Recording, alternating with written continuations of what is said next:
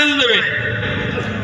SIR করছে, আমি বেশি করব না, আমরা আমি নিজে এসআইআর আমরা প্রতিদিন থাকছি।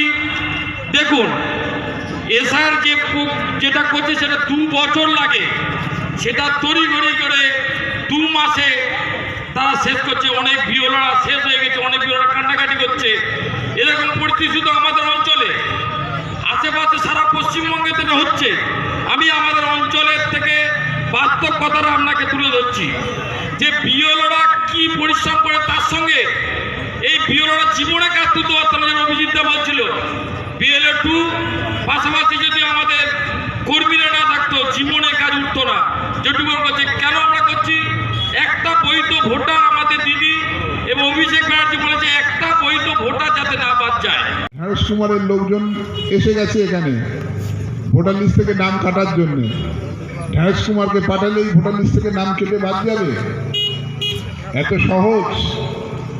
নামটা মমতা ব্যানার্জি। বিমান দুর্ঘটনায় মরে যায়নি, মেরে দেওয়া হচ্ছে। সুতরাং কালকে দিল্লি যাচ্ছিল, যায়নি দিল্লি, তবে 2-3 দিনের মধ্যে দিল্লি যাবে। কালীঘাটের টালির চাল বুঝবে খেলা।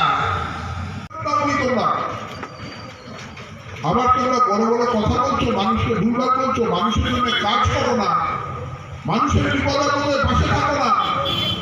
একটা মা রাস্তা থেকে